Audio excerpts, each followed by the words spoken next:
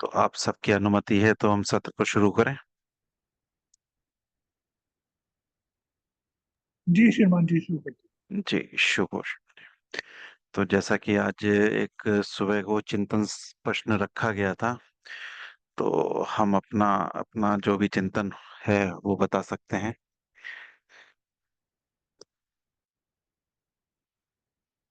कौन बताना चाहेंगे पहले? प्रश्न मैं फिर दोहराता हूँ। मैं आज एक ऐसे विषय पर वार्ता करना चाहता हूँ। ये पुस्तक में अध्यापक के द्वारा बोला जा रहा है। मैं आज एक ऐसे विषय पर वार्ता करना चाहता हूँ जो साधारण होते हुए भी हम सबके लिए लाभदायक है। वह विषय है कि हमें अपनी योग्यता और उपयोगिता बढ़ाने की क्यों कर जरूरत है। जी।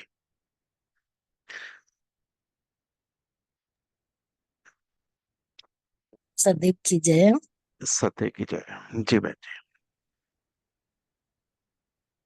मेरे चिंतन में ये आया कि हमें अपनी योग्यता इसलिए बढ़ानी है कि हमें अगर अ, उच्च भावों से रहना है, अ, तो वो हमारे हमारे अंदर योग्यता होगी, तभी हमारे अंदर भाव उठेंगे, उच्च भाव उठेंगे।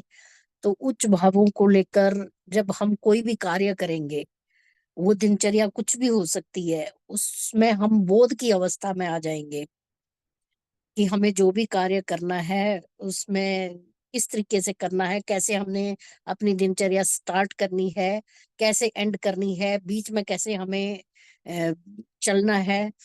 तो वो हम जितना इस पे चिंतन करेंगे कि कैसे हम ज्यादा बेटर कर सकते हैं, जो कर रहे हैं उससे बेटर कैसे हो सकती है, और हमारी सोच उससे बेटर कैसे हो सकती है।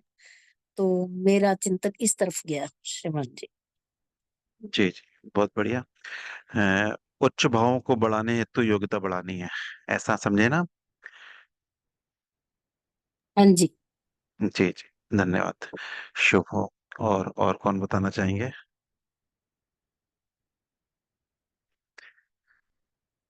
शुभ हो श्रीमान जी, बहुत जी बहुत शुभ। धन्यवाद। प्रश्न धन्यवाद। बहुत ही महत्वपूर्ण है, बहुत ही हमारे लिए हितकर और कल्याणकारी है। हमें मुझे ऐसा लगता है, भवन की ज्योति में जो कुछ कुछ समझ आने लगता है कि यदि हम अपनी योग्यता नहीं बढ़ाएंगे तो हम अपने आत्मा कल्याण के लिए, अपने अंतर विवेक को जगाने के लिए और सुदृढ़ स्टैंड लेने के लिए फिट नहीं हो पाएंगे। और यदि हम अपनी योग्यता को नहीं बढ़ाएंगे तो जिस तरह रुपए की वैल्यू डिवैल्यू हो जाती है, रुपए की परचेजिंग पावर घटती जाती है, उसी तरह हमारी ये जो पावर है ये भी धीरे धीरे अपने आप ही क्षीण होती जाती है। हम अपनी क्षमता को अगर नहीं बढ़ाते तो वो जहाँ पे है वहाँ भी नहीं रहेगी और नीचे चली जाएगी धीरे धीरे। और इससे हमारी जीवन की प्रत्येक पक्ष में बहुत हानि होगी। इसलिए हमें अपनी आंतरिक योग्यता को हर पल बढ़ाते रहने की जरूरत है। कहावत भी है कि अंतिम श्वास तक हमारे पास सीखने के लिए बहुत कुछ है। बहुत बहुत धन्यवाद जी। धन्यवाद श्रीमान जी। बहुत ही सुंदर। कि यानी प्रत्येक पक्ष में हमें योग्यता बढ़ानी है, और अगर हम योग्यता नहीं बढ़ाते तो कहीं ना कहीं हम माइनस में जाएंगे। इसलिए योग्यता बढ़ाने के लिए प्रयास हमें निरंतर करना चाहिए। और अंतर विवेक इससे हमारा जागृत रहता है और उसका विकास होता है। जी जी, धन्यवाद। और कौन चिंतन में आ रहे हैं? शुभ हो श्रीमान जी। श्रीमान जी जी अर्पित। शुभ। जी अर्पित जी, शुभ। श्रीमान जी, हमें अपनी योग्यता इसलिए बढ़ानी चाहिए क्योंकि अगर हम अपनी योग्यता नहीं बढ़ाएंगे तो हमें देव देव समाज की शिक्षा नहीं समझ आएगी। और योग्यता देव समाज की शिक्षा को समझने के लिए हमें अपनी योग्यता बढ़ानी चाहिए, ताकि हम अपने जीवन को उससे उच्च बना सकें। जी जी जी। देश समाज की शिक्षा को समझने के लिए अपनी योग्यता को बढ़ाना है। जी ना? जी जी श्रीमान जी, ताकि हम और लोगों को भी मोटिवेट कर सकें। जी जी। ठीक है, धन्यवाद। बढ़िया। और कौन चिंतन कर पाए हैं? शुभ हो जो श्रीमान जी।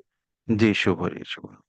ये इसमें ही अभी मैंने आज वो सुन रही थी चिंतन सन श्राद्ध वाला कोई क्वेश्चन आंसर वाला, तो उसमें बताया था कि वो अतर सिंह जी श्रीमान देवर सिंह जी कि भाई उन्होंने बताया कि अगर हम इस पूंजी को नहीं बढ़ाते तो फिर ये बिल्कुल खत्म ही होती जाती है, कि किसी के पास बहुत ज्यादा है और वो उसको नहीं वो कर रहा, और किसी के पास कम भी है। उनके पास बहुत कम थी, श्रीमान देवर सिंह जी के पास में बहुत कम थी पूंजी, लेकिन उन्होंने उसको इतना बढ़ाया कि वो कोयले वाला उदाहरण था कि वो कोयला अगर सुलग रहा है उसके साथ दूसरे कोयले भी पूरी।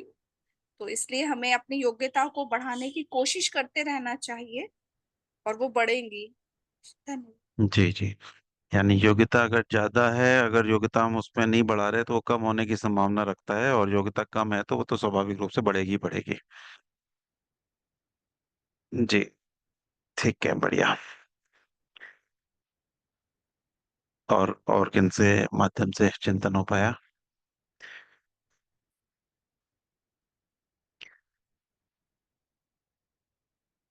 जो भी चिंतन हो पाया है या इस वक्त में भी हो रहा है, तो वो दो लाइनों में या एक लाइन में जो भी समझ में आ रहा है कि हमें अपनी योग्यता को क्यों बढ़ाना चाहिए। कहते हैं ना सेफ जोन, सेफ जोन क्या होता है?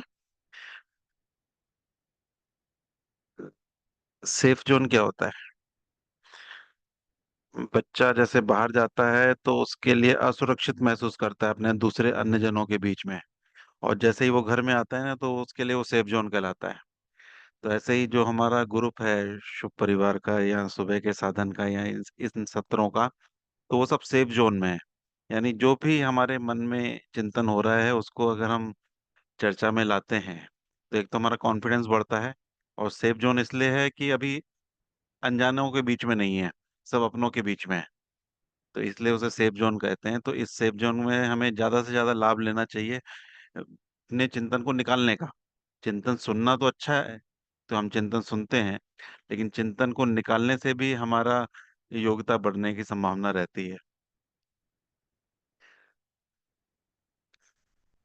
तो जो भी इस मीटिंग में शामिल हैं अपने चिंतन को शेयर करें। शुभ हो श्रीमान जी। जी शुभ हो जी, शुभ हो, शुभ हो जी। जी शुभ। सद्गुरु की जय। सत्य की जय। जो मैं समझ पाया हूँ, जैसे कि प्रकृति का अटल नियम है, जी विकास की ओर अग्रसर होते रहना चाहिए, और प्रकृति एक्सपेरिमेंट करती रहती है जिससे कि विकास हो सके। अगर हमें भी विकसित होना है तो अपनी योग्यता को बढ़ाना ही पड़ेगा। उसमें भगवान की शिक्षाओं को लेके भी हमें अपने विकास कार्यों को करते रहना चाहिए, जिससे हम अपनी योग्यता बढ़ाएंगे, तभी हम दूसरों के साथ भी उसको शेयर कर पाएंगे। उससे हमारा भी भला होगा, उनका भी भला होगा। नहीं तो एक ठहराव सा आ जाता है। अगर हम कहते हैं ठीक है हम सब समझ गए अब और क्या करना है, तो एक ठहराव सा आ जाता है। इसलिए भी हमें अपनी योग्यता को बढ़ाते रहना चाहिए। यही मेरे जी को जो है समझ में आया। धन्यवाद। बढ़िया। बढ़िया। प्रकृति के नियमानुसार हर एक चीज की योग्यता बढ़ती है, क्वालिटी बढ़ती है, तो हमें भी उसमें प्रयासरत रहना चाहिए। बढ़िया। जी जी। और कौन शेयर कर रहे हैं?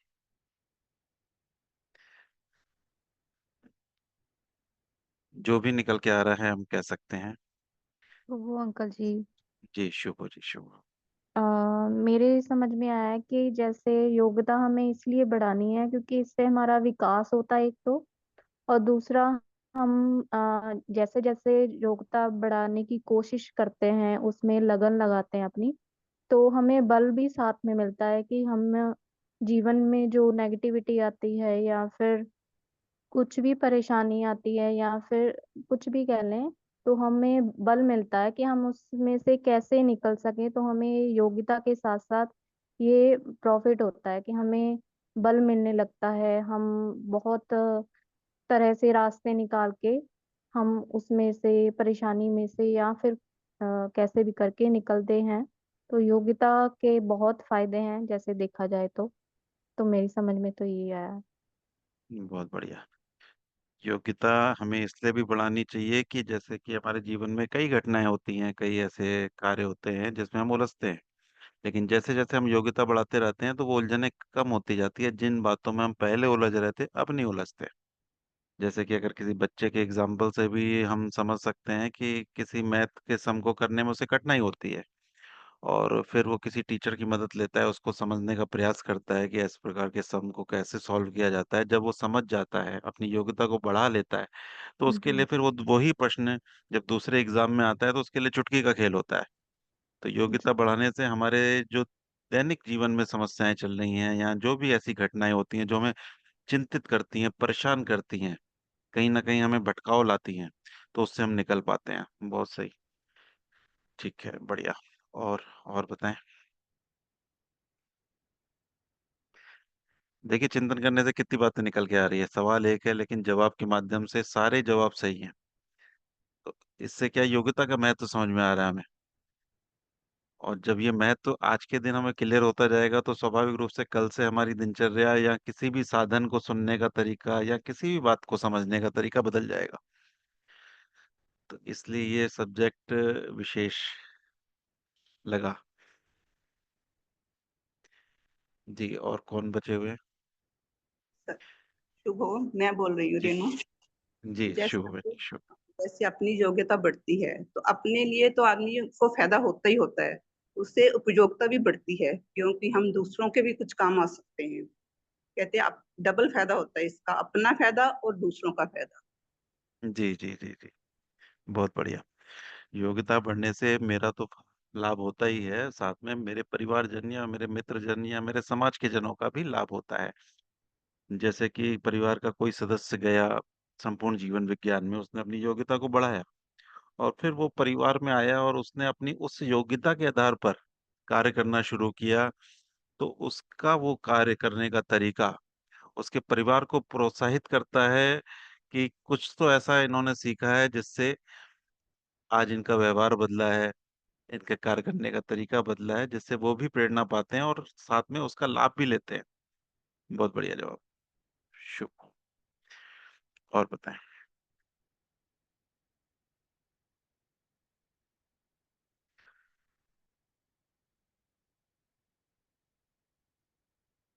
और कौन बचे हैं?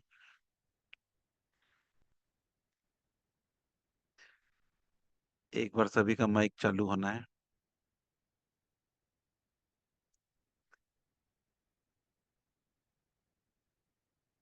शारदा बत्रा जी, शशि बहन जी, सुनील जी,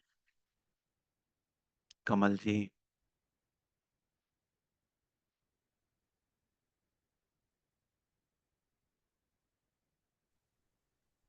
एक एसएस से आ रहे हैं, एसएस से कौन है? शुभ हो। जी, शुभ। अंजू सचदेवा। शुभ जी हो।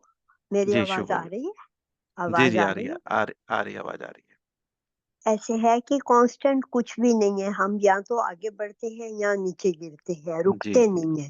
जी तो जी अगर योग्यता नहीं बढ़ाएंगे या उपयोगिता नहीं बढ़ाएंगे तो उससे फिर हमारा विकास तो नहीं होगा, विनाश की तरफ जाएंगे। तो इसलिए जितना भी कर सकें, चाहे थोड़ी स्पीड से बढ़ सकें, आगे बढ़ेंगे तो विकास की तरफ रहेंगे। तो जी विकास तो हमारे जीवन का मुख्य लक्ष्य है ही ना, कि जी जी जी मोक्ष और विकास ही है हमारा लक्ष्य। तो विकास के लिए कुछ ना कुछ पॉजिटिव की तरफ चलना जरूरी है, कि नहीं तो वहां पे नहीं रहेंगे, नीचे जाएंगे। नीच भाव जो है नीचे ले जाए, उनसे बचने के लिए कुछ ना कुछ आगे बढ़ना ही है। धन्यवाद। शुभ हो। जी जी, बढ़िया बढ़िया। तो इस बात से ये भी स्पष्ट होता है, जैसे कि हम कभी शिविर करके आते हैं, या कोई भी शिविर हमने अटेंड किया और उसके बाद घर आके अपनी दिनचर्या में लग गया, फिर हम उस दिशा में सोचने का समय नहीं मिला, या जैसा भी परिस्थितियां रही, और वापस फिर 4 महीने बाद जब दोबारा शिविर होते हैं तो फिर उसमें जाते हैं। तो उससे होता क्या है कि कई बार हमने सुना भी है कि लोग बोलते हैं कि जब शिविर में आते हैं तो बहुत अच्छा लगता है। और मेरे को लगता है कि कारण सिर्फ यही रहता है कि वो रेगुलर उस विषय पे काम ना हो पाने के कारण जो शिविर में अवस्था हमारी बढ़ती है, वापस वो 2-3 महीने में वापस वो नीचे की ओर चली जाती है, क्योंकि उसमें निरंतर काम नहीं हुआ। फिर जब नेक्स्ट शिविर में हम फिर जाते हैं तो फिर हमें दोबारा उतना ही अच्छा लगता है, क्योंकि हम बार बार उसी नीचे जाते हैं और फिर शिविर में आके फिर ऊपर अवस्था में आते हैं। तो यानी इससे ये समझना चाहिए कि जो साथी सेवक हमारे सिर्फ शिविरों में ही जाते हैं और इस प्रकार के ऑनलाइन साधनों में नहीं जुड़ पाते या इस चिंतन में नहीं जुड़ पाते, तो उससे क्या होता है कि वो कहीं ना कहीं एक स्तर तक तो पहुंचते हैं, लेकिन जाने अनजाने वापस वो कुछ घटनाओं के कारण, कुछ लोगों के कारण, कुछ निम्न भावों के कारण वापस थोड़े नीचे अवस्था में आते हैं। तो हमें निरंतर अपनी योग्यता पे काम करते रहना चाहिए। आजकल तो ये जूम का साधन है, प्लस पुस्तकें हैं, बहुत सारे ऐसी चीजें हैं भगवान के द्वारा दी गई हैं जिसमें हम निरंतर उस पे कार्य कर सकते हैं। बढ़िया। ठीक है।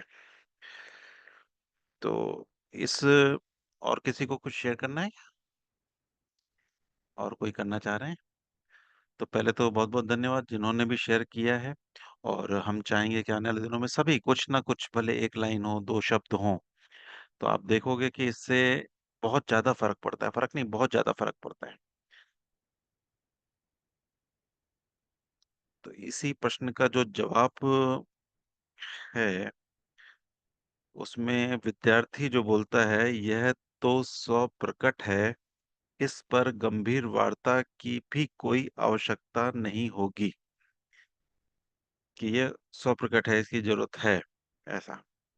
फिर अध्यापक जो बोलते हैं, मनुष्य के लाभ के प्रत्येक विषय गंभीर चिंतन योग्य हैं। मनुष्य के लाभ के प्रत्येक विषय गंभीर चिंतन योग्य हैं। निसंदेह विषय बड़ा साधारण सा प्रतीत होता है, परंतु इसमें भी स्पष्टता की आवश्यकता है।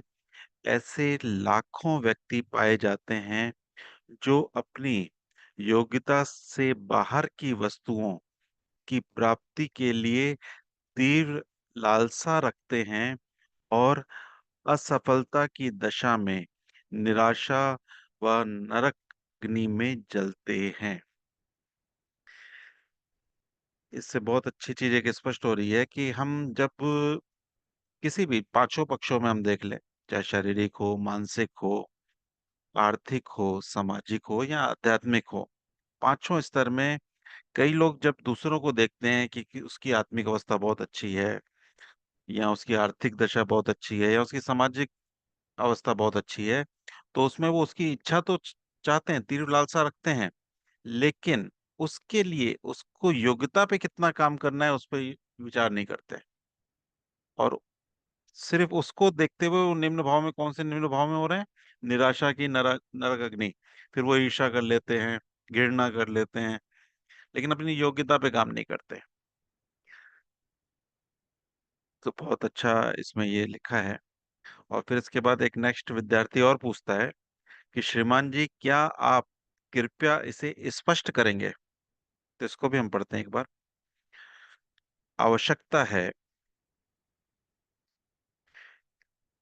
कॉलम में तुम अनेक विज्ञापन देखते हो, जो पेपर में ऐड आते हैं ना, उसमें कई विज्ञापन आते हैं जिनमें स्पष्ट लिखा होता है कि केवल ग्रेजुएट ही आवेदन करे, या तृतीय श्रेणी में सफल व्यक्तियों को प्रार्थना पत्र भेजने की आवश्यकता नहीं।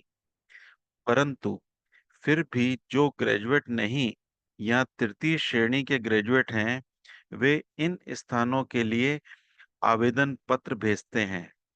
परिणाम स्वरूप उन्हें निराश होना पड़ता है, और यह विज्ञापन देने वाले को गालियां देते हैं, या वे अपने व्यवहार से प्रकट कर देते हैं कि वे अपनी योग्यता या उपयोगिता की उन्नति की आवश्यकता उन्होंने कभी गंभीरता पूर्वक अनुभव ही नहीं की।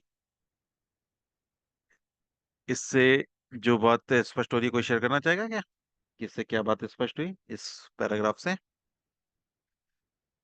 श्रीमान जी एक बार और रिपीट कर दो। जी जी। इसमें विद्यार्थी ने प्रश्न किया था कि इस बात को क्या स्पष्ट करेंगे क्या? जो पहला पैराग्राफ था उसमें ये बताया जा रहा था कि हम दूसरे की उपलब्धियों को देखकर हम लालसा तो करते हैं कि वो उपलब्धि हमें चाहिए, लेकिन हम उसमें अपनी योग्यता को बढ़ाने के लिए फोकस नहीं करते कि वो चीज अवस्था आई है योग्यता बढ़ाने के कारण, लेकिन हम उसकी निराशा महसूस करते हैं, काश मैं वहां पहुंच पाता, अरे मेरे से नहीं होता, ऐसा हम निराशा महसूस करते हैं। तो इसमें और स्पष्टता चाहा है और अध्यापक ने बताया है कि एक एग्जाम्पल देकर कि जैसे न्यूज़पेपर में विज्ञापन आते हैं और विज्ञापन में लिखा होता है कि इसको सिर्फ ग्रेजुएट या जो अच्छी श्रेणी के बच्चे हैं सिर्फ वही इसको भरें, इसमें इंटरव्यू जो देने वाले हैं वो सिर्फ उसी श्रेणी के लोगों के लिए है। लेकिन अज्ञानतावश हर श्रेणी का व्यक्ति उसमें इंटरव्यू देने चला जाता है। उसने अपनी योग्यता को नहीं देखा, उसकी अपनी योग्यता को नहीं काम किया, बल्कि उसमें एग्जाम देने चला गया और उसके नंबर आ गए कम, वो इंटरव्यू में फेल हो गया। इंटरव्यू में फेल होने के कारण वो किसको गाली देता है? बोले कि मेरे से प्रश्न इतने कठिन पूछे, सिस्टम की गड़बड़ है, इतने कठिन प्रश्न पूछे जाते हैं क्या? जबकि विज्ञापन में क्या लिखा था? सिर्फ प्रथम श्रेणी के ही लोग इसमें इंटरव्यू में शामिल होंगे। लेकिन वो श्रेणी निम्न था, इसलिए उसके लिए वो प्रश्न कठिन थे। लेकिन जो पहली श्रेणी का था उसके लिए वो प्रश्न आसान थे। तो उसी प्रकार से जैसे हमारे अपर जो सत्र चलते हैं ना, जो साधन सत्र है हमारे, तो हम नए जनों को उसमें क्यों नहीं एंट्री करते? कारण यह है कि वो जब ये सुनेंगे तो वो समझ नहीं पाएंगे। समझ ना पाने के कारण क्या करेंगे? दोष किसको देंगे? उस शिक्षा को दोष देंगे कि ये शिक्षा कैसी है, समझ में ही नहीं आती। तो उसको कहाँ आना है? ABCD, शुरुआत से। शुरुआत से बात को समझने का प्रयास करना है। शिक्षा अपने आप में बेहतरीन है, लेकिन क्योंकि अभी योग्यता अपनी बढ़ाई नहीं है, इसलिए वो चीजें अभी समझ में नहीं आ रही वर्तमान में। क्लियर हुआ आपको? हाँ जी, इसमें आपने ये बताया है या शिक्षक जी ने ये बताया है कि हमारी जो योग्यता होती है उसके हिसाब से पेपर होते हैं, तो उसी में ही हम कवर कर पाते हैं। थोड़ी योग्यता वाला इंसान अगर वो एग्जाम देता है तो वो उसको प्राप्त नहीं कर पाता। जैसे मैं अपना एग्जाम देती हूँ कि चाहे हम काफी समय से हैं, मगर हमने पूरी शिक्षा को नियमबद्ध ग्रहण ना करते हुए अपनी योग्यता को नहीं बढ़ाया और इसलिए हम आगे नहीं बढ़ सकते।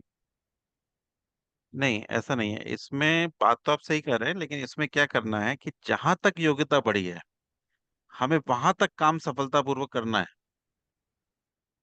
जहां तक योग्यता है वहां तक सफलतापूर्वक करना है। जहां योग्यता अभी नहीं पहुंची है उसके लिए योग्यता का प्रयास करना है, अभी उसके कार्य नहीं करने।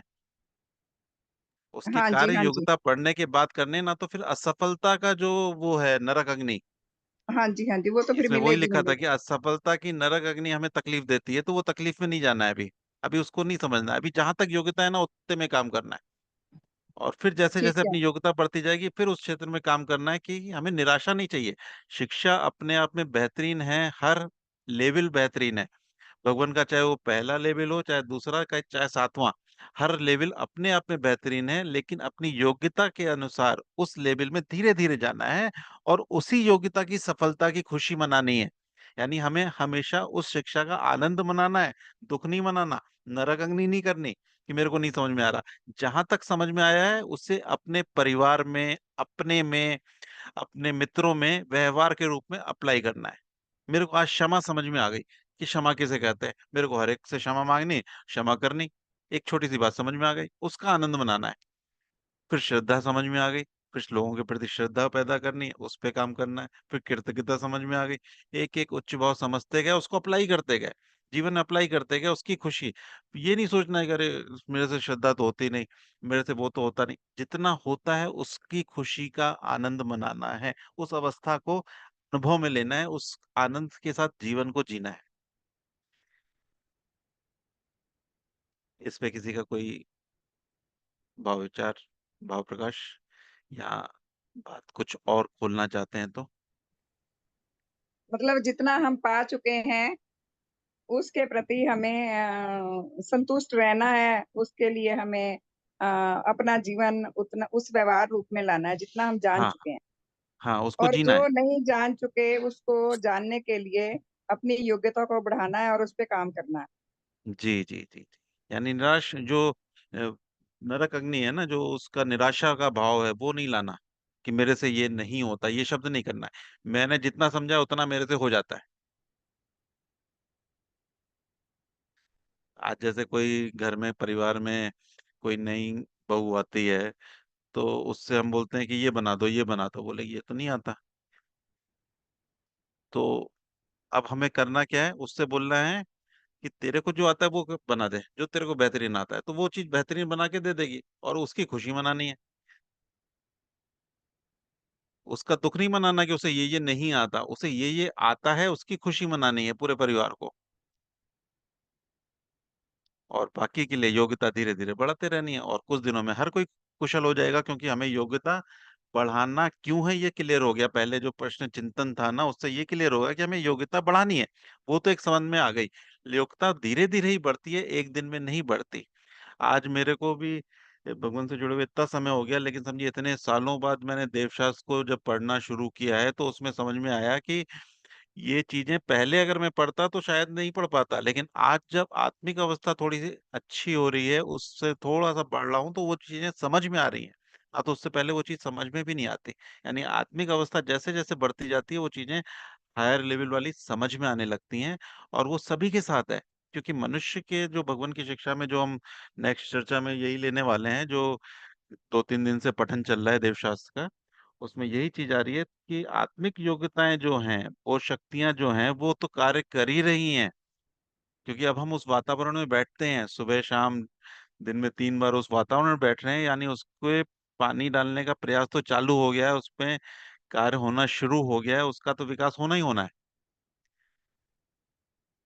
चलिए, ठीक है। और किसी को इस विषय में कुछ बनना हो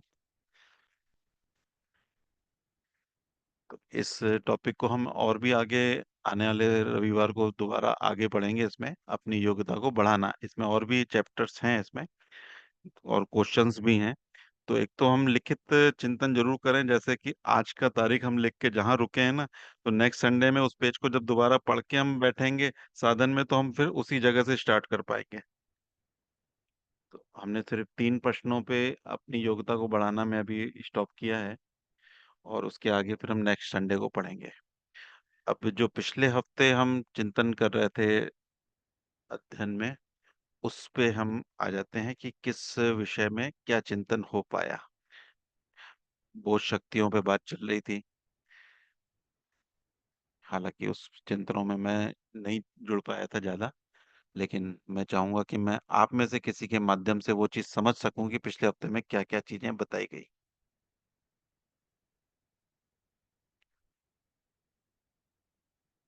कौन बता पाएंगे किस प्रकार के पिछले हफ्ते का एक निचोड़ क्या था?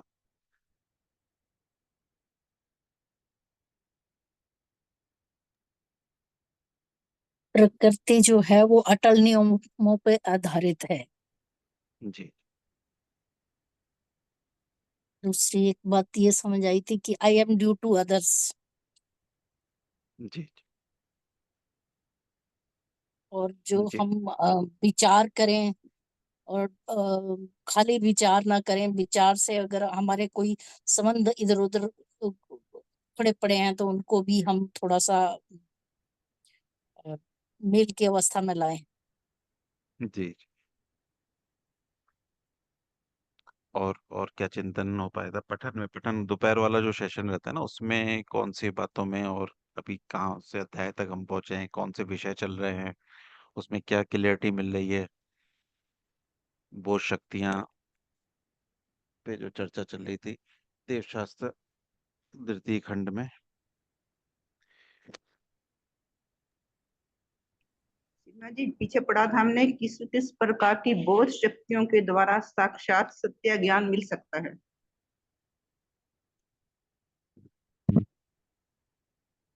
जी, बोध शक्तियों के द्वारा सत्य ज्ञान मिल सकता है। सत्य ज्ञान मिल सकता है। कौन कौन सी बोध शक्तियां थी वो? एक ज्ञान उत्पादक मानसिक शक्तियां, जी उत्पादक अहम संबंधी बोध शक्तियां, निम्न जी जी ज्ञान उत्पादक निम्न भाव विषयक बोध शक्तियां, जी सद्गुण विषयक बोध शक्तियां, जी जी न्याय विषयक कुछ सात्विक बोध शक्तियां। जी जी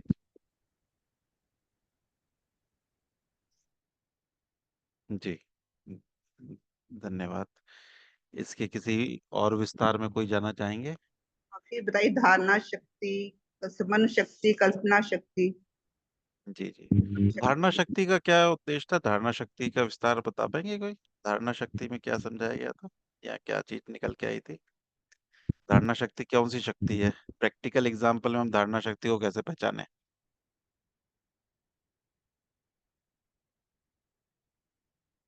प्रैक्टिकल एग्जाम्पल कोई बता पाएंगे धारणा शक्ति में जो हम समझे थे? श्रीमान जी, जैसे किसी बच्चे ने कभी हाथी ना देखा हो, जी जी ना कहीं टीवी में देखा हो, ना किताब में देखा हो, ना सर्कस में देखा हो, जी अगर जी। उसको हाथी की बात समझाए उसे कुछ समझ नहीं आता। अगर उसके हम्म। हाथी के शरीर की कुछ बनावट बताई जाए और उसके बाद वो कभी उसको किसी पुस्तक में उसकी छवि दिखाई दे, तो जी अगर उसकी धारणा शक्ति सही है, ये वो शक्ति उसके एक इसको उसके एक छवि दिमाग में अंकित होगी शब्दों से। तो वो शब्दों से जो अंकित हुई है छवि, वो पुस्तक में वो छवि देखकर वो उसको अनुमान लगा लेगा, ये हाथी ऐसे ही होता होगा जैसा मुझे जी जी। बताया गया है। हम्म। अगर उसने टीवी में देख लिया या सर्कस में देख लिया, फिल्म में देख लिया या सचमुच में देख लिया, तो उसके उसके वो छवि अंकित होगी। उसी तरह किसी व्यक्ति के साथ हम रहते हैं 10-15 मिनट, आधा घंटा, घंटा, 2 घंटे, 5-4 दिन, तो धीरे धीरे वो जिस प्रकार की उसकी लाइकिंग है, डिसलाइकिंग है, और जो हमारी धारणा शक्ति के साथ मेल खाती है बात, तो हम धीरे धीरे उसके प्रति अपनी एक धारणा बना लेंगे कि जी ये जी व्यक्ति अच्छा है या बुरा है। हमारी जी कई बार ऐसा होता है कि हम किसी के प्रति रीडिंग सही नहीं कर पाते, या उसका और व्यक्तित्व बाद में खुलता है, तो इसलिए पहली हमारी धारणा हमें बदलनी भी पड़ जाती है कि अरे भाई, मैं तो उसे बहुत बुरा मान समझता था, ये तो बहुत अच्छा निकला।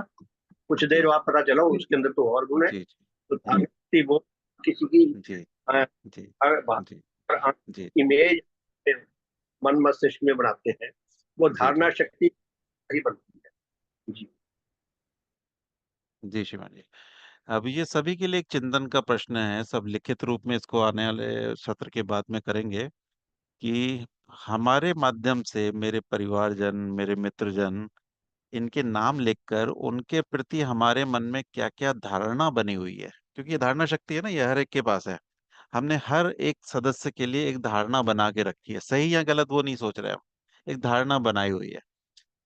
तो वो हमें लिखित लेना है, किसी का माँ के प्रति, पत्नी के प्रति, बेटे के प्रति। कई बार हम ऐसा सोच लेते हैं कि उसका स्वभाव तो ऐसा है, उसका स्वभाव तो ऐसा है, वो तो ऐसा करता है, वो ऐसा करता है, वो हमेशा ऐसा करता है। ये हमारी धारणा शक्ति की बदौलत हम उसकी धारणा लेते हैं। अब वो जो विचार हमने धारण किया है उसके प्रति, वो हमारे अंदर कौन सा भाव पैदा कर रहा है, हमें उसके साथ में वो लिखना है। कि अगर धारणा उसके प्रति अच्छी बातों की हमने बनाई है, उसकी एक अच्छी छवि बनाई है, तो उससे हमारा उच्च भाव निकल रहा है, उसके प्रति कृतज्ञता निकल रही है, श्रद्धा निकल रही है। लेकिन अगर किसी कारणवश वो धारणा गलत है, गलत है यानी निगेटिव है, वो हकीकत है या बुरी है नहीं कह सकता, लेकिन है निगेटिव, तो उसके प्रति कौन से मेरे निम्न भाव आ रहे हैं, वो उसके साथ में लिखना है। तो इससे हमें एक तो इस धारणा शक्ति की ताकत मालूम पड़ेगी कि ये ताकत हमारे जीवन को कैसे बदल रही है, कि हमारे उच्च भावों को कैसे ला रही है और निम्न भावों को भी कैसे ला रही है। ये हमारी धारणा शक्ति है, ये हर एक मनुष्य के साथ है। तो इस पे हमें जरूर लिखित चिंतन करना है सत्र के बाद में, सभी के नाम लिखने हैं।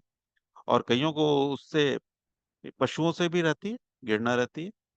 डॉग दिख जाता है तो वो डॉग से घृणा करता है, कई ऐसे पशु हैं। लेकिन उस पशु से जो घृणा निकल रही है, वो पशु नेचर के लिए लाभदायक है क्या, इस पे भी चिंतन करना है। नेचर के लिए कहाँ से वो लाभदायक है, वो कैसे सुविधाजनक बन रहा है, वो भी देखना है। तो धारणा शक्ति की ताकत हमारे जीवन को किस प्रकार आत्मिक लेवल पे नीचे या ऊपर गिरा सकती है, तो इस पे हमें चिंतन करना है। और इसके धारणा शक्ति के अलावा दूसरी और कौन सी, ये क्लियर हुआ जो एक्सरसाइज मैंने बताई? कोई बताएंगे स्पष्ट कि क्या समझ में आया एक्सरसाइज के लिए, धारणा शक्ति से जुड़ा हुआ, किसी को कंफ्यूजन या क्लियरिटी, कोई बताना चाहेंगे?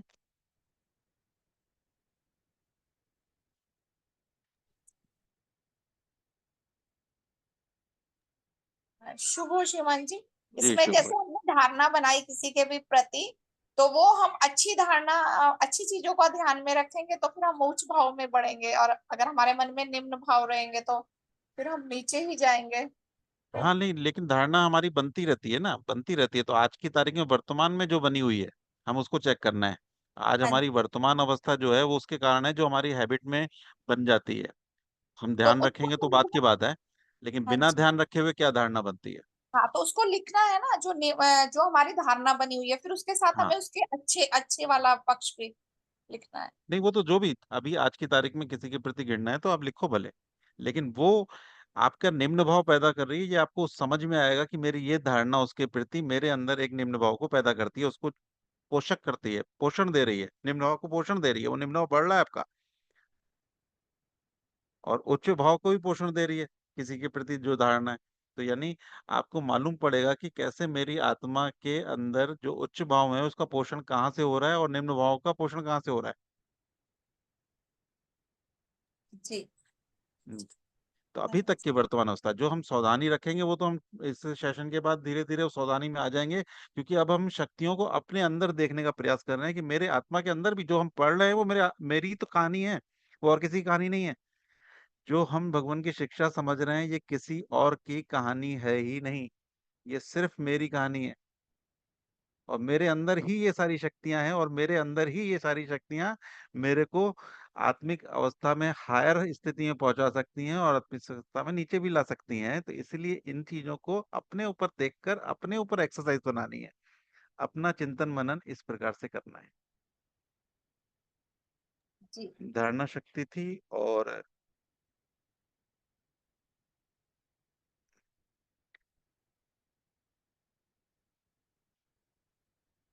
स्मरण शक्ति। स्मरण शक्ति हमने सबने जानी। स्मरण शक्ति किसकी? मेरी स्मरण शक्ति। मेरे में स्मरण शक्ति है, लेकिन मेरे को दूसरे की अच्छाइयां याद नहीं रहती। मेरे को क्या याद रहती है? उसने मेरे साथ गलत कब कब किया ये मैं याद रखता हूँ। शक्ति मेरे पास है, स्मरण की शक्ति मेरे पास है, लेकिन क्या याद रखना है, क्या भूल जाना है, वो अधिकार भी मेरे पास है। तो इस शक्ति का सही दिशा में उपयोग हो, मैं सिर्फ वही बातें याद रख सकूं जो मेरी आत्मा के लिए हितकारी हो, मेरे पांचों पक्षों के लिए हितकारी हो। किसी ने मेरे को धोखा दिया किसी धन के रूप में, किसी ने मेरे को धन के रूप में धोखा दिया, वो चीज याद रखनी है कि कल को आके फिर वो आके मेरे को धोखा ना दे दे, इसलिए याद रखनी है कि पहला धोखा भूल गए आपने, फिर उससे धोखा खा लिया, ये बेवकूफी है। इसलिए जो पांचों पक्षों में क्या चीज याद रखनी है, मेरे स्वास्थ्य के लिए ये खाया था पिछली बार, इससे मेरे को नुकसान हुआ था। स्वाद तो अच्छा लगा था लेकिन नुकसान हुआ था, लेकिन हमें याद क्या रहता है? स्वाद अच्छा लगा था ये याद रहता है, उसका नुकसान हुआ था वो याद नहीं रहता। तो इसमें क्या याद रखना है? उसका नुकसान याद रखना है, स्वाद नहीं याद रखना। हम स्वाद के अनुराग में उस नुकसान को भूल जाते हैं। तो स्मरण शक्ति का इस्तेमाल अपने जीवन में हम कैसे लें जिससे हम अपनी आत्मा को और बेहतर ले सकें? कल्पना शक्ति। कल्पना शक्ति है, मेरे विकास के लिए है। अब इस शक्ति का यूज हम किन कल्पनाओं में ले रहे हैं, वो हमें परखनी है। हमें कल्पना शक्ति अपने लेवल पे अपना नाम लिख के, मेरी कल्पना शक्ति मेरे को कौन कौन सी कल्पनाएं देती है।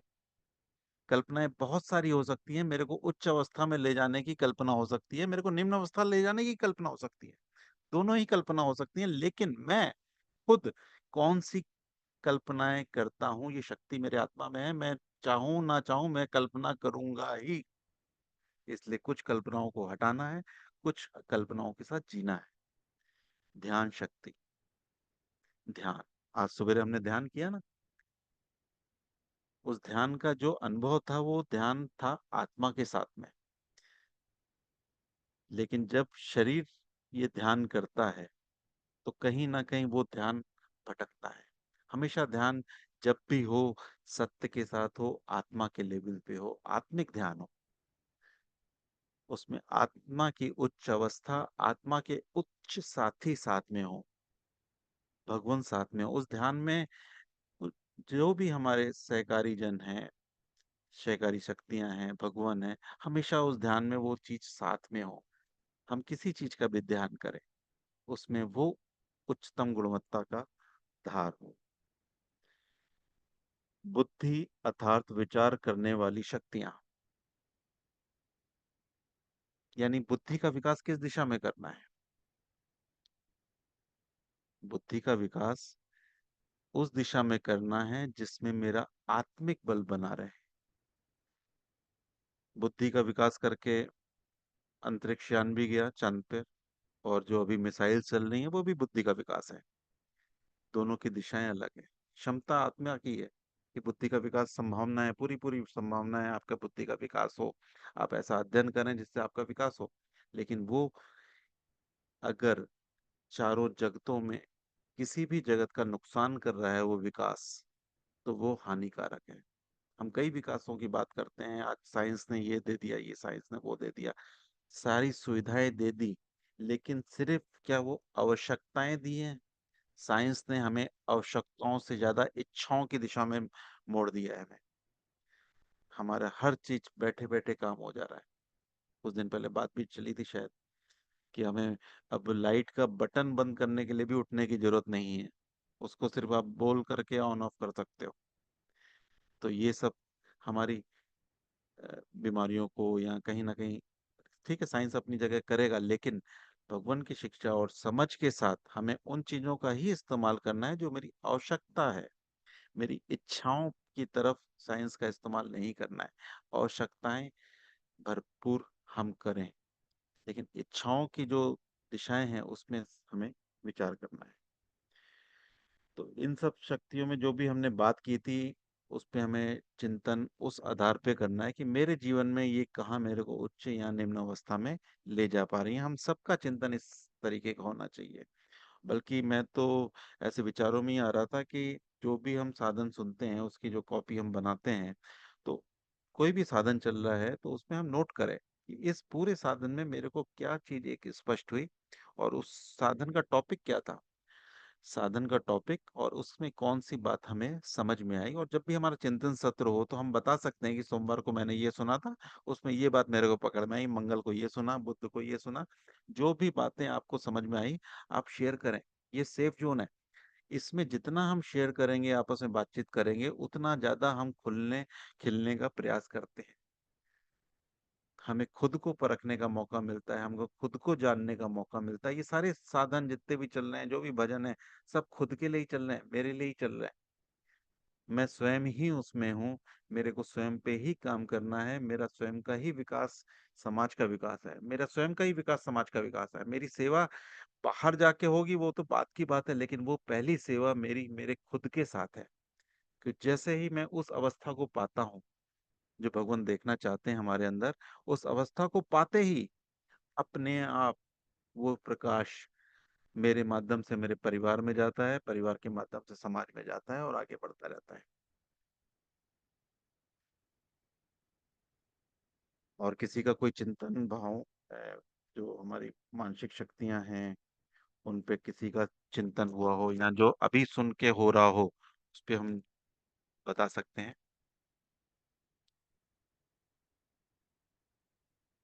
या अभी भी जो वार्तालाप में चीजें निकल के आई हैं उसमें कुछ चीज पकड़ में आई हो तो वो बता सकते हैं। श्रीमान जी, कल्पना शक्ति जैसे आपने बताया, तो चिंतन कैसे चलता है जी डे टू डे लाइफ में। कल जो हमारी काम वाली है वो अ, ऊपर से साफ करके सारा नीचे फेंक के, मतलब पूरा बजाय सही करने के गंदा करके चली गई। एक तो उसका जी टाइम ये है सभा वाला, और अभी मेरे को यहाँ सभा में बैठे बैठे, मैं इधर बैठी हूँ, वो वहां काम कर रही थी, तो मुझे कल्पना शक्ति से ये लगा कि कहीं आज भी वो वैसे ही तो नहीं छोड़ गई, क्योंकि मैं उसको कल बोलना भूल गई थी कि इसको साफ क्यों नहीं किया।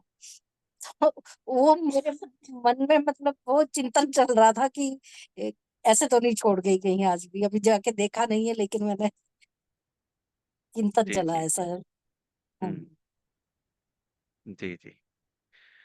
वो कमरे की सफाई में ध्यान नहीं दे पाई, और उसके ध्यान ना देने पर आपका ध्यान उधर चला गया, तो आपके मन की सफाई में आपका ध्यान यहाँ अधूरा रह गया। हाँ जी। जी। बढ़िया। ये भी साधन जो चिंतन सत्र होते हैं, ये मन की सफाई के लिए होते हैं। हाँ जी, हाँ बढ़िया। जी, और देख पाते हैं, हम अपने को स्वयं को देख पा रहे हैं, ये बहुत बड़ी कृपा है भगवान की। हम सब बैठ के स्वयं को देख पा रहे हैं, स्वयं पे चिंतन कर पा रहे हैं, ये बहुत बड़ी कृपा है। ना तो मैं लाखों वो करोड़ों सुन नहीं जन। पाई। हाँ जी, सॉरी, मैं वो सुन नहीं पाई थी उस चिंतन में, जो सुदेश दीदी ने आपसे दोबारा क्वेश्चन रिपीट करवाया, मैंने भी वो रिपीट में सुन पाई। फिर उसके बाद मैंने वो छोड़ दिया और फिर मैं ध्यान देना शुरू किया जी। इधर। नहीं, जी, इसकी रिकॉर्डिंग की, बल्कि मैं तो चाहूंगा डेली की रिकॉर्डिंग हो और डेली यूट्यूब में आ जाए। और जैसे कि हम किसी कारण से कुछ चीज सुन नहीं पाते हैं, तो दोबारा एकांत में बैठ के उस पूरे साधन को, 30 मिनट के साधन को दोबारा सुने, उसके फिर नोट्स बनाएं, उसमें कौन सी बात पकड़ में आ रही है। कुछ चीजों में हमारी योग्यता आ चुकी है, उसको नोट ना करें। जो चीजों में योग्यता आनी बाकी है, उनको जरूर नोट करें। क्योंकि जी, योग्यता बढ़ानी है, स्थिरता नहीं रखनी है। कि जिसमें योग्यता आ गई, चलिए एक क्षमा पे बात चल रही है, चर्चा चल रही है, आप क्षमा को प्रॉपर समझ चुके हैं, आप जीवन जीने लगे, समझ चुके हैं यानी जीने लगे। हमने जी, कई बार समझ को प्रॉपर समझा नहीं, समझ गए यानी जीने लगे। जब तक जीने जी, नहीं लगे तब तक समझे नहीं। हाँ जी, ये चीज एक स्पष्ट लाइन समझ लें। जीने लगे यानी समझ गए। अगर सिर्फ समझे हैं, जिए नहीं, तो समझे ही नहीं है। जी, व्यवहार में नहीं आई तो नहीं जी, समझे ही नहीं। हाँ, जब तक जीवन में नहीं आया तब तक समझे ही नहीं है, उसको और समझना है। और जिस दिन जीने में आ गया, उस दिन समझ गए हम। जी, जैसे आप कार ड्राइव, जो लोग कर पाते हैं वो समझ चुके हैं, इसलिए कार ड्राइव कर चुके हैं। और कोई बोले मैं समझ तो क्या हूं, लेकिन चला नहीं पाता, तो क्या बोलूं मैं। कोई बोलता है मेरे को कार चलाना आता है लेकिन मैं चला नहीं सकता, तो आप क्या बोलेंगे उसको। हाँ जी, कि वो समझ चुका है कि नहीं समझा नहीं अभी। जी, नहीं नहीं समझा समझा। ना। यानी जी, जो चीज हम समझ गए हैं वो हमारे जीवन में आ गई। अर्थात धन्यवाद। जो हमारे बोध में नहीं आई वो हम समझे ही नहीं। हाँ। जी जी। तो श्रीमान जी, ये ये वाला उसका आंसर वो जो मेड वाला है वो तो रह गया, वो बताएं। कौन सा। यही जो बताया कि काम वाली, ये हमारे साथ भी हो जाता है अक्सर, कि भाई हाँ, जैसे तो कि वो ये बोल रहा ना कि काम वाली कमरे का सफाई कर रही थी, उसे देखने वाला कोई नहीं था, इसलिए उसने गड़बड़ कर दी।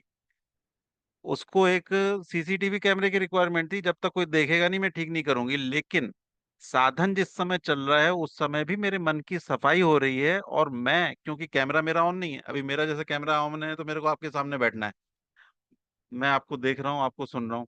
लेकिन आप सबके कैमरे तो ऑन नहीं है। आप में कोई भी कुछ काम कर सकता है, कोई सब्जी बना सकता है या कोई भी कुछ काम कर सकता है, क्योंकि कैमरा ऑन नहीं है।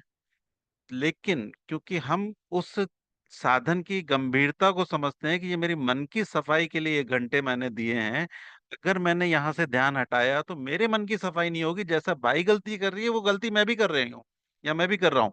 अगर मैं वैचारिक रूप से और कहीं चला जाता हूँ किसी भी साधन में, या किसी भी क्लास में, मतलब स्कूल में भी बच्चे अगर ध्यान उनका वहां नहीं है तो वो नहीं सुन पाते। ऐसे ही हम सब भी स्टूडेंट हैं, हम सब, मतलब यहाँ तक कि मैं भी। मैं समझा इसलिए रहा हूँ क्योंकि मैं समझने का प्रयास कर रहा हूँ, इसलिए समझा रहा हूँ कि मैं आपको समझा पा रहा हूँ तो मैं समझूंगा। कोई भी बात अगर मैं समझा पा रहा हूँ आपको, यानी मैं समझ चुका हूँ तभी समझा पा रहा हूँ। मैं ही नहीं समझाऊंगा तो मैं कैसे समझाऊंगा। तो इसलिए हमें जब भी जो घंटा जिसके लिए दिया है, चाहे वो किसी काम के लिए दिया है, खाना बनाने के लिए दिया है, किसी काम के लिए भी जो समय आपने नियुक्त किया है, उस समय में सिर्फ वही काम करें और उसको पूर्ण करें। भगवान भी यही कहते हैं, पूर्णता की जो बात हमेशा चलती है कि वो काम पूर्ण होना चाहिए। यानी आज जो हम अभी चर्चा कर रहे हैं, चिंतन कर रहे हैं, ये 1 घंटे बाद खत्म नहीं हो जाएगा। ये विषय आप तक पहुंचा कि नहीं पहुंचा, ये 1-2 घंटे के मनन के बाद क्लियर होगा कि जो बातें बताई गई थी वो विषय मेरे तक पहुंच गया है, कि मेरे को अभी इसी यूट्यूब को दोबारा सुनना है, या तिबारा सुनना है, या चौबारा सुनना है।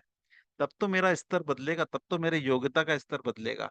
ना तो योग्यता तो वहीं की वहीं रह जाएगी, क्योंकि हमने साधन तो अटेंड कर लिया, लेकिन उसमें जो विषय आया है उस पे मेरा पर्सनल चिंतन नहीं हुआ, मेरे ऊपर इस साधन से क्या असर आना चाहिए था। मोबाइल चार्जिंग में लगाते हैं, मोबाइल को 1 घंटे बाद देखते हैं कि उसकी बैटरी जो 5% थी वो 5% रह गई। क्या कारण रहा। या तो चार्जर में फॉल्ट था, या स्विच ऑन नहीं किया था।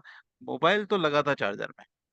सिर्फ उससे कार्य नहीं होगा, जो मोबाइल है उसका चार्ज हो जाना बहुत जरूरी है। स्पष्ट हो पा रहा है। जी अंकल जी। श्रीमान जी, आप ये रिकॉर्डिंग कहाँ डालते हैं? ये सभा की रिकॉर्डिंग जो रिकॉर्डिंग होती है। एक यूट्यूब चैनल है, उसको सब्सक्राइब कर लीजिएगा। उसमें जैसे ही वो उसका डलता है लिंक आपको मैसेज आ जाता है। कौन सा चैनल है वो लिंक आप अभी मैं इसके बाद इसका चैनल का वो भेज दूंगा इस ग्रुप में, तो उसको सब्सक्राइब जी कर लीजिएगा।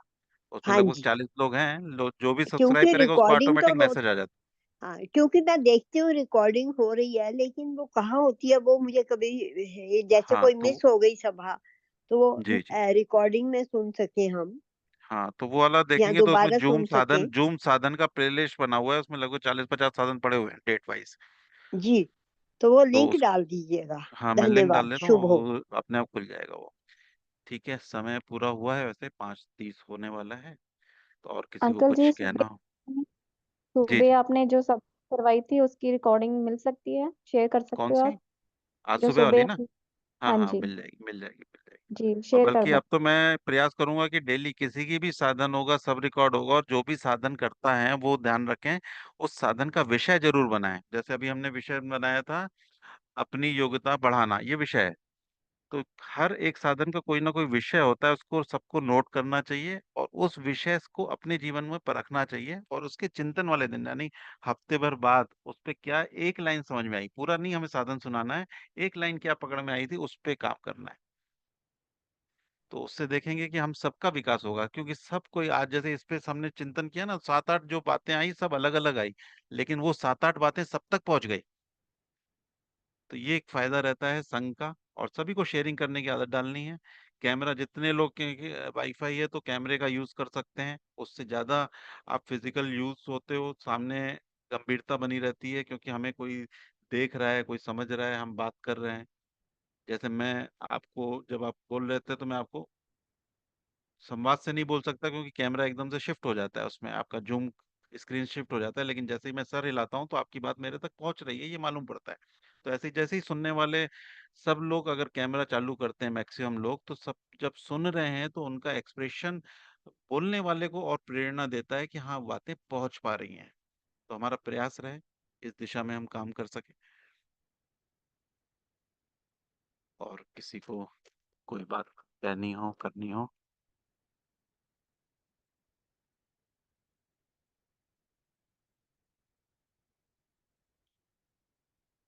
तो सबकी अनुमति हो तो पूर्ण करें हम।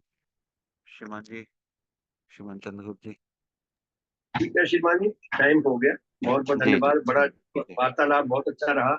आप ये लिंक डालेंगे ना श्रीमान जी, जितनी अभी इस साधन में जिस तरह सुमंती ने जो जो बड़ी मूल्यवान अपनी सलाह दी है अपने अनुभव से, वो सारी हमें सबको लिखनी चाहिए। मैं भी लिखने की कोशिश करूंगा उसको सुन के कि किस किस ने क्या क्या बोली। बड़ी कमाल की बातें हैं। एक विषय पे ऊपर कितनी बातें हमें सुनने को मिली, कम से कम 10-12 बातें हो जाएगी, है जी। और आगे हमारा ये लिटरेचर भी रिच होता है आगे। तो बहुत बहुत धन्यवाद आपका, बहुत ही अच्छी वार्तालाप, बहुत बढ़िया रहा। बहुत बहुत धन्यवाद। समय भी हो गया मेरे ख्याल में, तो अब विराम देना चाहिए साधन को। ठीक है जी, बहुत बहुत धन्यवाद। तो जय ध्वनि करके फिर साधन को विराम देते हैं। भगवान देवात्मा की जय। भगवान देवात्मा की जय। भगवान देवात्मा की जय। भगवान देवात्मा की जय। रात को मिलेंगे 8:40 पे और कल सुबह 5:45 पे। सबका शुभ को गुड इवनिंग। गुड इवनिंग को हिंदी में क्या कहे श्रीमान जी, मुझे कोई अप्रोप्रिएट शब्द सुझाए। मुझे तो मिल नहीं था कुछ। जैसे हम सुप्रभात कहते हैं जी, शुभ रात्रि कहते हैं, शुभ सायंकाल कहे, कोई शब्द दे अच्छा सा जो आकर्षक भी हो गुड इवनिंग का, फिर दे देना, व्हाट्सएप पे भेजना। हाँ जी। शुभ संध्या श्रीमान जी। शुभ संध्या। शुभ संध्या। बिल्कुल, बहुत अर्पित जी, वेरी गुड, बहुत शानदार। शुभ शुभ संध्या। संध्या। ठीक। बहुत बहुत धन्यवाद। शुभ संध्या जी। तो रात को मिलेंगे 8:40 पे। श्रीमान जी ये मेरा नहीं, ये मम्मी का है। आपकी मम्मी का भी बहुत बहुत धन्यवाद। आपका भी, आप माध्यम बने हमारे तक, है जी। तो बहुत बहुत धन्यवाद। रेणु जी का भी बहुत बहुत धन्यवाद। शुभ संध्या, ये ठीक है। ठीक है जी, फिर इजाजत है। धन्यवाद। शुभ। धन्यवाद। ठीक है, धन्यवाद सबको।